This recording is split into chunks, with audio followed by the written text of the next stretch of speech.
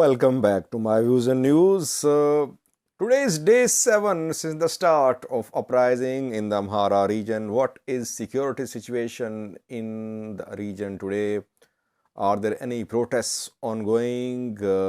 What are people planning? Details for you. Secondly, there was heavy fighting between Fano fighters and another ethnic group members, mostly Fano fighters, are from the Amhara group, and the fighting went on for hours. Reportedly, it happened around 2 days ago, and after this fighting, Ethiopian army managed to enter Amhara region from a neighboring region. We have details for you.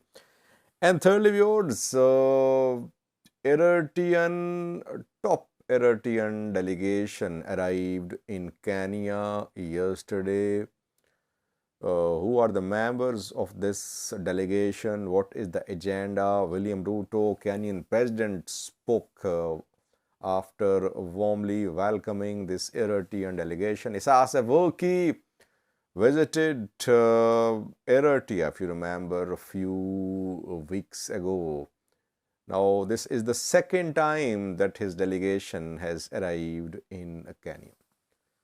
Firstly, viewers, day 7 since the start of protests in the Amhara region, almost on daily basis, we have been seeing protests. Despite restrictions imposed by local governments, despite attempts by Ethiopian army to stop these demonstrations continued. But today there is relative calm in the Amhara region. Before recording this video, I got updates from different parts of the region. No protest today in Kambolcha. In Kambolcha, curfew was imposed last night in clashes between Ethiopian army and protesters yesterday. 3 protesters were killed and 1 member of the army was killed too. No protest there. In Dassi, no protest. Dassi imposed security restrictions around 48 hours ago, curfew-like restrictions.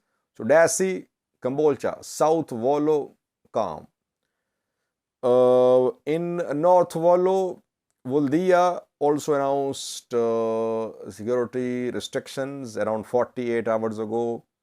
No curfew in Kobo. 2 days ago, there was heavy fighting near Kobo between Ethiopian army and East Amhara Fano fighters, but no protests in Kobo or Woldia these minutes. So North Wollo calm as well. Amhara already not actively participating in the protests. I have been regularly updating you from Sikota. There was no big demonstration in Amhara. Gondar, which is the center of this resistance, but Gondar is silent today as well. I could not get any information about protests in Gondar today. Relative calm in Gondar. And Gojam.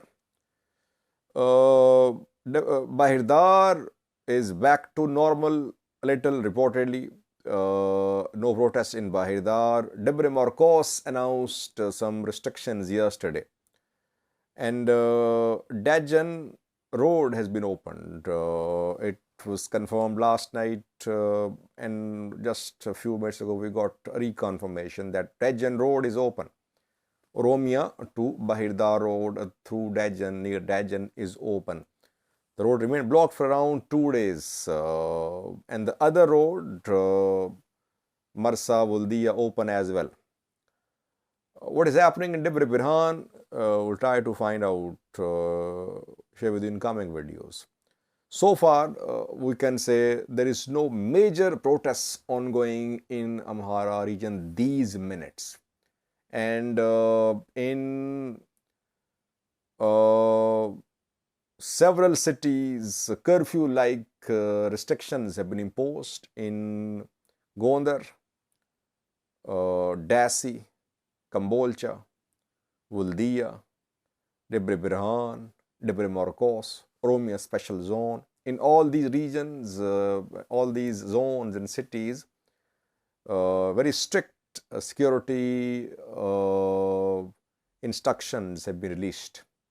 That is why we are seeing this relative calm. But is it a way of preparations that protesters are planning another phase of this resistance?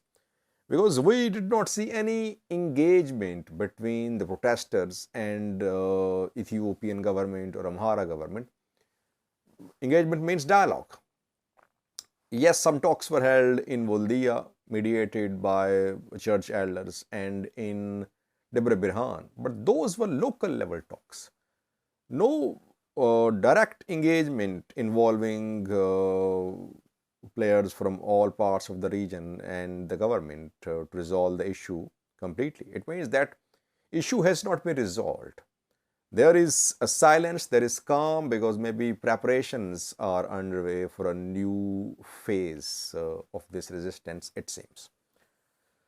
Secondly, viewers, fighting erupted between Fano fighters and Agews in Amhara region 2 days ago. And after that, Ethiopian army exploited the situation and entered Amhara region. You know that the Ethiopian army was finding it difficult to use main roads linking Oromia with Amhara. Two main roads, one through Dajan, near Dajan, other one through Debre Birhan, remained blocked. Ethiopian army was trying to enter Amhara from Benishangal Gumas, and it entered Javi. Yesterday we got confirmation, we saw pictures, videos from there. What happened in Javi? On the 9th of April, in Javi, Wareda, there was heavy fighting between Fano fighters and Agews. Fano fighters arrived in Javi from Gondar reportedly and from other areas outside Javi. Agews are armed too. Agew farmers are armed too. And Agew fighters, Kemans, they have been fighting, resisting these regional forces for years. So in that fighting, several were killed on both sides. Gondar Fanos, when they went to Javi, basically they wanted to block entry of Ethiopian National Defense Force into Amhara from BG. Agews resisted because they thought that if Gondar Fanos were allowed to operate freely in Javi, the Fano fighters could settle themselves permanently in Javi. That led to start of confrontation, in which several were killed on both sides, and later we saw the Ethiopian army entered Javi. And then in Javi and near Javi, some Fano fighters, some locals as well, they tried to confront Ethiopian army, trying to block Ethiopian army from entering Javi, but due to internal splits in Javi, Ethiopian army managed to enter Javi. Amhara resistance is facing different crises.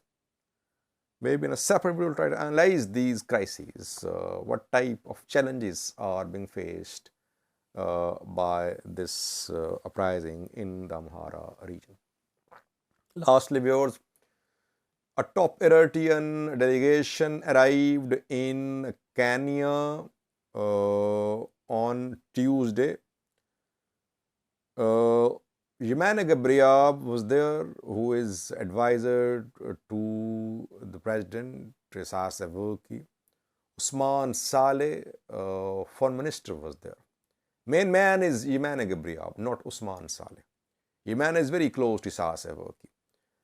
William Ruto welcomed the delegation. Meetings were held. And after that, William Ruto said that 3 points came under discussions at the meetings. Visa-free travel between Kenya and Eritrea, which was announced a few weeks ago when Isaias Afwerki visited to Kenya. Secondly, rejoining IGAD. Eritrea pulled out of IGAD years ago.